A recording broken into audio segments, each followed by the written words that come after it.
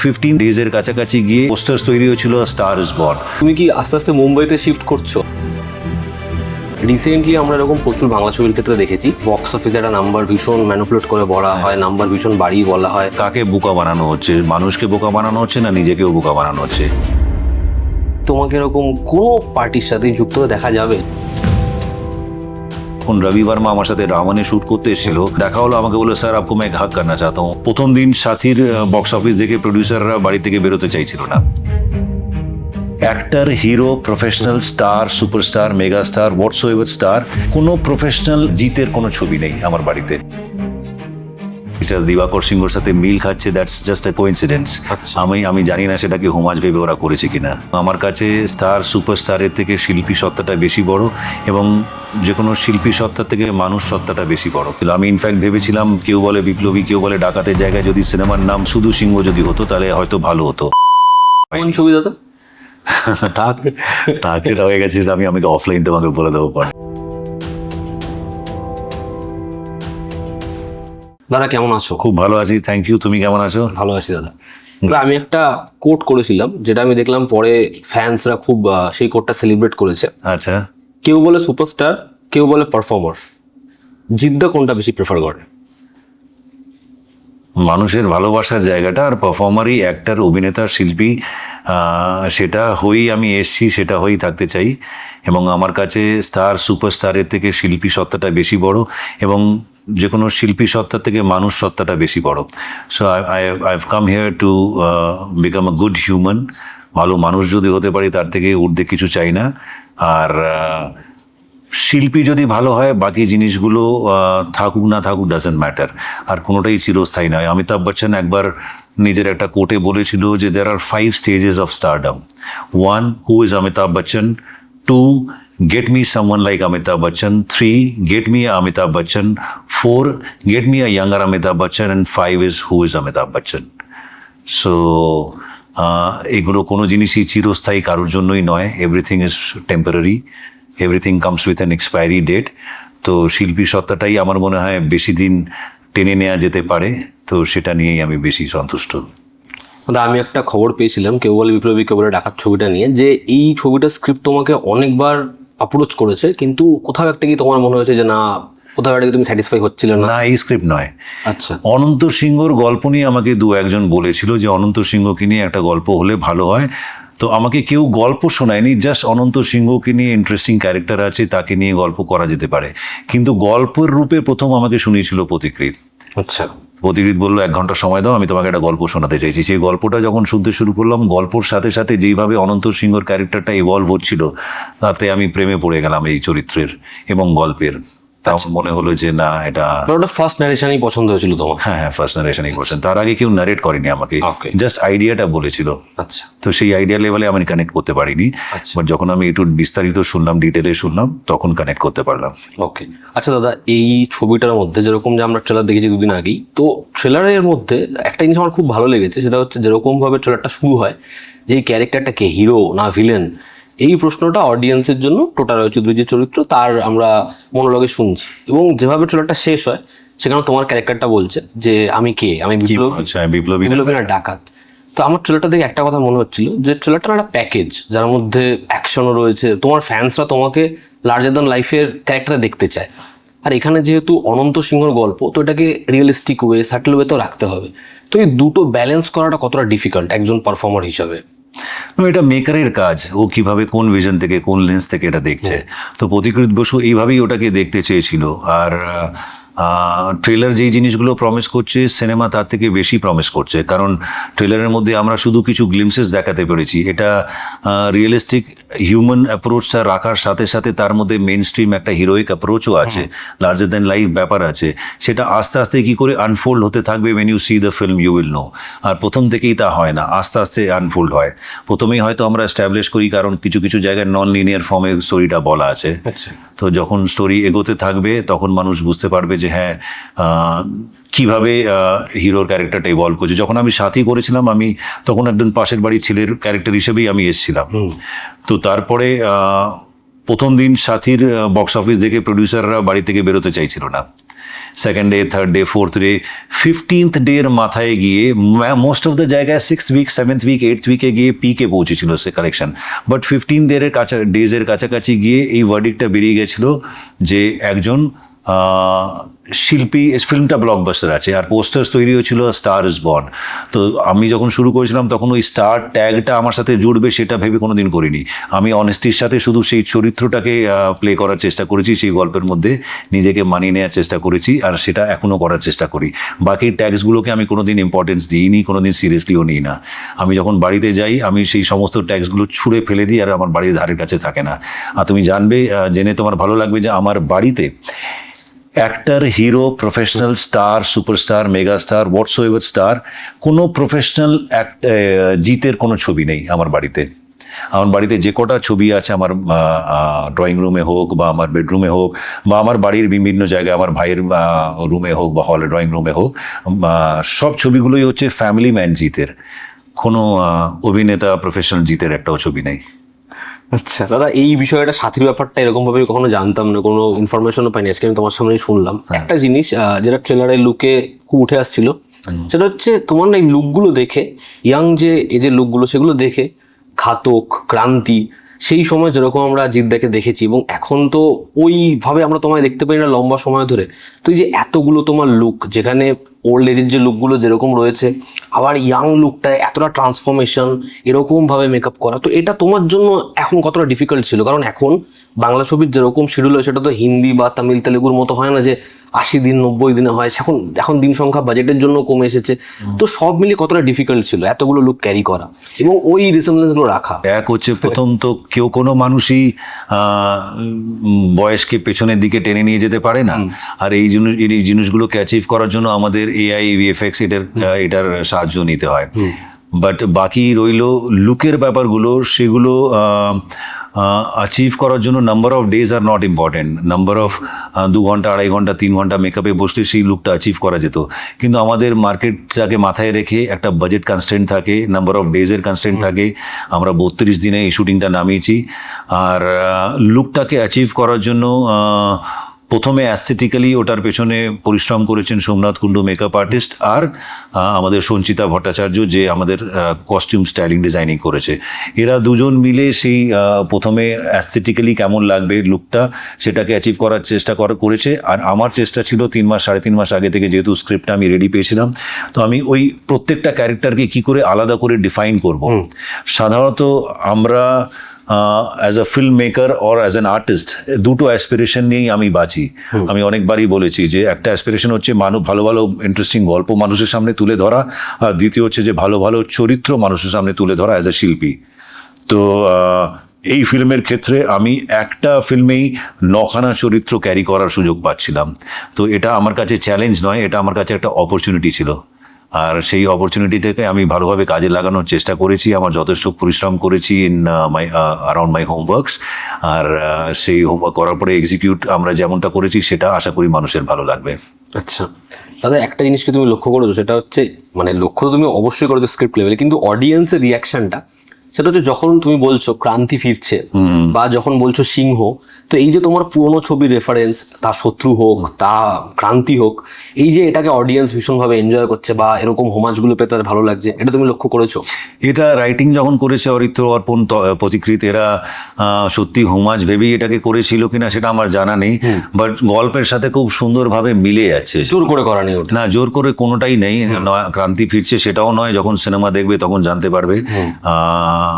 মানে অনন্ত প্রতিটা ডাকাতি করার সময় এই একটা নোট ছেড়ে যায় যে ক্রান্তি ফিরে আসছে বা ফিরছে। আর সিংহ তো অনন্তলাল সিংহ, সেই চরিত্রর সেই সারনেমটা কি করে চেঞ্জ করা যাবে? সিংহ তো সিংহই থাকবে। তো অনন্তলাল সিংহ সেটা তো ন্যাচারালি ক্যারেক্টারের সাথে ফল করছে, ল্যান্ড করছে প্রপারলি। তো সেইভাবে যে এটা দিবাকর সিংহর সাথে মিল খাচ্ছে, দ্যাটস জাস্ট এ কোইন্সিডেন্স। আমি জানি না সেটাকে হোমাজ ভেবে ওরা করেছে কিনা, বাট অনন্তলাল সিংহের নামই তো সিংহ ছিল। আমি ইনফ্যাক্ট ভেবেছিলাম, কেউ বলে বিপ্লবী, কেউ বলে ডাকাতের জায়গায় যদি সিনেমার নাম প্রথমে দিকে ভেবেছিলাম যে অনন্ত সিংহ বা শুধু সিংহ যদি হতো তাহলে হয়তো ভালো হতো, কিন্তু এখন আমার মনে হয় যে না, কেউ বলে বিপ্লবী, কেউ বলে ডাকাতটাই ভালো। আচ্ছা আচ্ছা আচ্ছা দাদা, একটা জিনিস আমাকে বলো, সেটা হচ্ছে তোমার অ্যাকশন নিয়ে ফ্যাসিনেশন, এটা আমরা তোমার সাথে যারা কাজ করেছে তারা প্রত্যেকে বলে, আমরা নিজেরা এটা বলি, বহুবার তুমি আমাদের ভিডিওতে পাবে, যে তুমি যে অ্যাকশন ছবিটা ধরো আজ থেকে 4 বছর আগে করেছো যে অ্যাকশন ছবিটা, সেই ছবির যে লুক অ্যান্ড ফিল বা ওই ছবির যে অ্যাকশন কোরিওগ্রাফি, সেগুলো এখনো আমার মনে হয় যে বাংলা ছবিতে ওটা অ্যাচিভ করা যাচ্ছে না। হয়তো বাজেটে বেশি হচ্ছে, কিন্তু লুক ওয়াইজ ওই জিনিসটা অতটা ভালো লাগছে না। এই দুদিন আগে যখন ট্রেলারটা দেখলাম, অ্যাকশনটা আমার ভালো লাগছে, আর তোমাকে পার্সোনালি অ্যাকশনে দেখতে ভালো লাগে। তুমি আমাকে বলো যে তোমার প্রথমেই কি তোমার টিমের সাথে বা যখন যে ডিরেক্টরের সাথে তুমি কাজ করো, অ্যাকশনে তোমার ইনপুট কি থাকে? কারণ আমি এরকমও খবর পেলাম যে তোমরা নাকি বাইরের অ্যাকশন কোঅর্ডিনেটরের সাথে কথা বলেছিলে এই ছবিটার অ্যাকশনের জন্য। না, এই ছবিটার অ্যাকশনের জন্য না, অন্য একটা ছবির জন্য অ্যাকশনের জন্য আমরা বাইরে কথা বলেছিলাম। আমার মনে হয় যে আমরা যারা ইন্ডাস্ট্রির স্টেক হোল্ডার্স, স্পেশালি যারা হিরোজ হয়, আর সেই হিরোজ যারা মেইন স্ট্রিম কানেকশন যাদের থাকে, যাদের মাসের সাথে কানেকশন থাকে, তাদের রেসপন্সিবিলিটির মধ্যে পড়ে স্টেক হোল্ডার্সদের যে কি করে ইন্ডাস্ট্রির বারটাকে এলিভেট করবে, কি করে ইন্ডাস্ট্রির স্ট্যান্ডার্ডটাকে আরো একটু তুলে নিয়ে যাবে। তো সেই দায়িত্বটা আমাদের মানে বাই ডিফল্ট আমাদের মধ্যে চলে আসে। তো আমার মধ্যেও সেই ইন্ডাস্ট্রিটাকে এগিয়ে নিয়ে যাওয়া, সেটা অ্যাকশন ডিপার্টমেন্ট হোক, কোরিওগ্রাফি হোক, বা অন্য ভিজুয়ালস হোক, ক্যামেরার মাধ্যমে হোক, টেকনিক্যাল হোক, ভিএফএক্সের জন্য হোক। ভিএফএক্সের জন্য আমরা বম্বেতে পুশ করে এই ফিল্মটাকে বম্বেতে পাঠিয়েছিলাম, আদারওয়াইজ এটার কাজ কলকাতায় হওয়ার কথা ছিল। নট দ্যাট কলকাতায় ভালো কাজ হয় না, কিন্তু এখনও অবধি অতটা ইকুইপড নয় কলকাতার ভিএফএক্স টিমগুলো। আমরা কাজ করে দেখেছি তারা অতটা ওই স্ট্যান্ডার্ডসগুলো মিট করতে পারে না। সিমিলারলি অ্যাকশন আমাদের এখানে একটা বড় ভয়েড আছে, আমাদের এখানে প্রপার অ্যাকশন মাস্টার অনেক বছর ধরে নেই। লাস্ট আমরা জানতাম শান্তনু দাও ছিল আমাদের একজন অ্যাকশন মাস্টার, এখন মোহন ওরা করে, বাট স্টিল আমাদের ইনফ্রাস্ট্রাকচারও নেই। যখন রবি বর্মা আমার সাথে রাবণে শ্যুট করতে এসেছিল, third day second action set up, third না ফোর্থ ডে আমাকে সকালবেলা শুটিং শুরু করার আগে আমাকে জড়িয়ে ধরে আমাকে হঠাৎ করে, আমি জানি না কেন, হঠাৎ করে আমাকে দেখা হলো, আমাকে বললো স্যার आपको मैं हक करना चाहता हूँ। আমি বললাম যে হঠাৎ করে কেন? हक করে আমাকে বলছে স্যার मैं आपको सैल्यूट करता हूँ कि ऐसे इंडस्ट्री में, ऐसे इंफ्रास्ट्रक्चर में आप किस तरीके से इस तरह का एक्शन सोचते हैं। তো শুধু তাই নয়, অ্যাকশনের ব্যাপারে নয়, সব ডিপার্টমেন্টসেরই আমাদের মতন যারা স্টেক হোল্ডার্স হয় তাদের কাজ যে হ্যাঁ আমরা কি করে বারটাকে এলিভেট করতে পারি। তো সেই চেষ্টাটাই করি। নট অনলি অ্যাকশন, অল ডিপার্টমেন্টসকে যদি আমরা আপলিফট করতে পারি, তাহলেই আমার মনে হয় যে আমরা আমাদের দায়িত্ব কোনো না কোনো জায়গায় পালন করলাম, আমরা কিছু একটা কন্ট্রিবিউট করতে পারলাম আমাদের ইন্ডাস্ট্রির জন্য। আমরা যদি না করি তাহলে কে করবে? যারা স্টেক হোল্ডার্স, যাদের এত বড় কানেকশন আছে, সবাই তো মাস কানেকশন পায় না, না সবাই তো ওই জায়গাটা।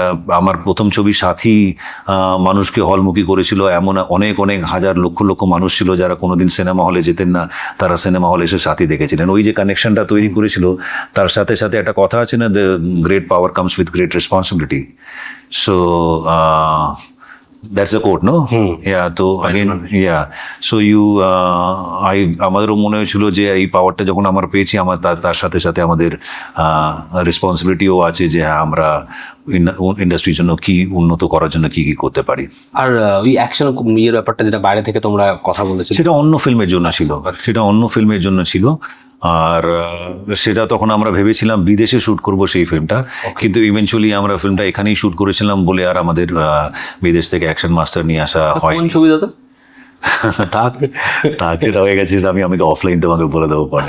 আচ্ছা আচ্ছা আচ্ছা দাদা, তুমি একটা কথা বলো, তুমি কি আস্তে আস্তে মুম্বাইতে শিফট করছো? আমরা রিসেন্ট টাইমসে এরকম অনেক খবর পেয়েছি, মানে আমি নিজেও এরকম খবর পেয়েছি যে আরে আমার পরিবার এখানে, আমার ফ্যামিলি এখানে, আমার বউ বাচ্চা, আমার মা বাবা ভাই সবাই এখানে আছে। আমি কেন বম্বেতে শিফট করবো? আমি বম্বেতে কাজ করতে চাই, আমি বম্বেতে একটা অ্যাপার্টমেন্ট নিয়ে থাকছি বটে, but that does not mean আমি ওখানে শিফট করে গেছি। আমার একটা পা বম্বেতে আছে, একটা পা কলকাতায় আছে। আর যতই যাই হয়ে যাক না কেন, আমি যদি সারা বছর অকুপাইডও থাকি বম্বে হিন্দি কাজের জন্য, আমি তাতেও আইল মেক শিওর দ্যাট আমি বাংলা সিনেমা বছরে যেন একটা মিনিমাম করতে পারি।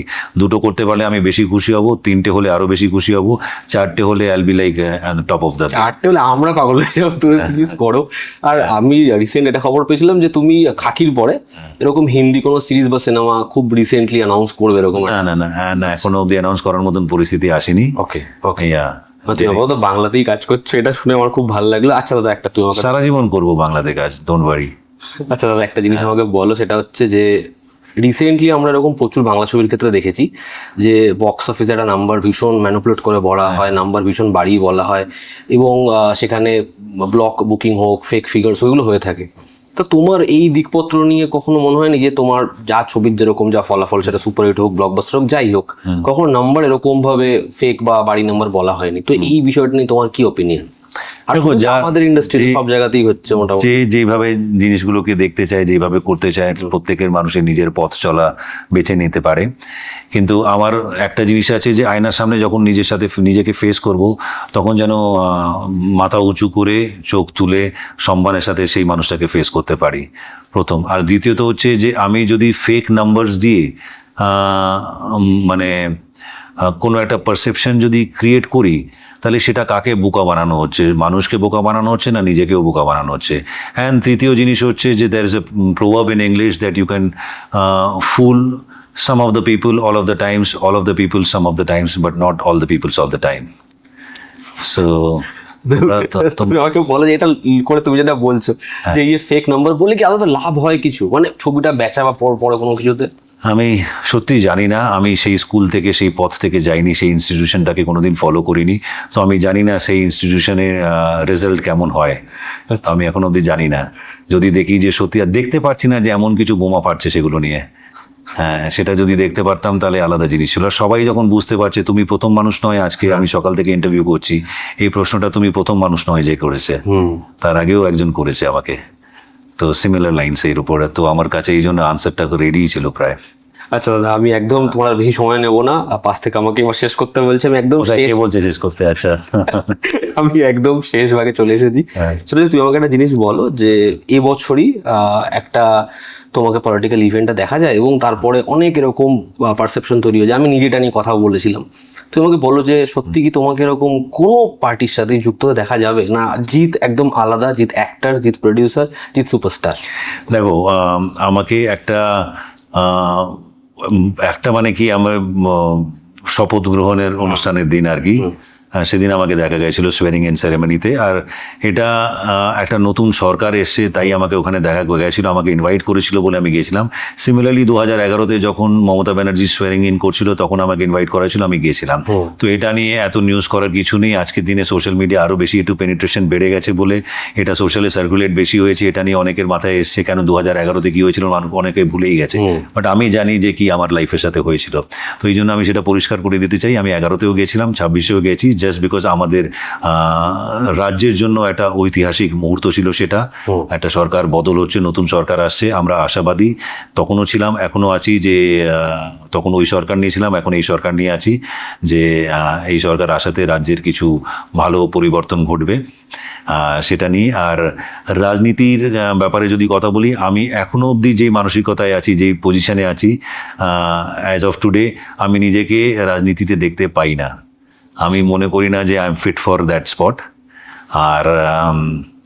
আর আমি সত্যি কথা বলতে অতটা বুঝিও না রাজনীতি, তো যার ফলে আমি এলিজিবলই নয় যে আমি নিজেকে ভাববো যে আমি প্রমোট করে নিজেকে ওই জায়গাটা যাবো। আমি জানি না প্রমোট না ডিমোশন, বাট হোয়াট এভার, রাজনীতিতে যাওয়াটা আমি নিজেকে খুঁজে পাই না ওখানে।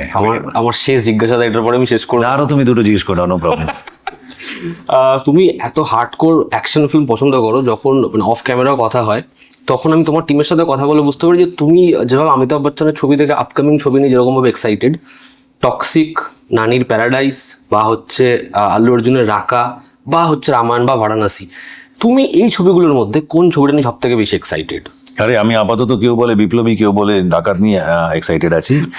আর এই সবকটা ছবি যে কটা আছে, সবকটাই হাইলি অ্যান্টিসিপেটেড ফিল্মস, মানে সেটা রাকা হোক বা টক্সিক হোক বা রামায়ণ হোক, বা আরেকটা কি বললে, বারাণসী রাজামৌলি, আমারও like one of my favourites, তো ওর ছবি আছে। So I am looking forward to all this films. তার মধ্যে রাকা আর বারাণসী অনেকটা সাউথ সেট আপের মধ্যে আছে, and even toxic South set up আছে, Ramayana is purely North or Hindi সেট আপের মধ্যে আছে। সো লেটস সি যে কেমন কি হয়। রামায়ণ তো the biggest budget বলে পিচ করা হচ্ছে, so let's see where everything leads. So Ramayana star cast ho ja ache, it's a very mixed bag of south and north, and biggest of the people like from Sai Pallavi, Yash and Sunny Deol and Ranbir Kapoor and everybody, such a big star cast. So I'm as much looking forward to all these films as you are. কেন আমার কাছে এই big ticket ফিল্মসগুলোই industry drivers হয়, and তারা মানুষের সাথে যদি connection তৈরি করে, ইন্ডাস্ট্রিতে অনেক ইকোনমিক্যাল একটা গ্রোথ হয়, অ্যান্ড কমার্শিয়াল একটা গ্রোথ হয়, which is very important for all of us. কেন end of the day we cater something which is a blend of art and commerce. So if commerce takes a back seat, only art, no, I'm not in that school. আমার কাছে কমার্সটাও বেশি important আছে, very important.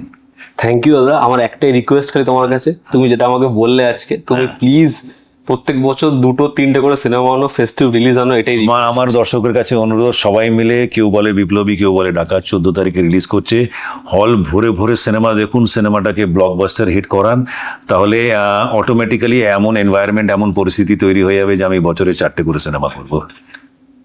Thank you দাদা। Thank you very much.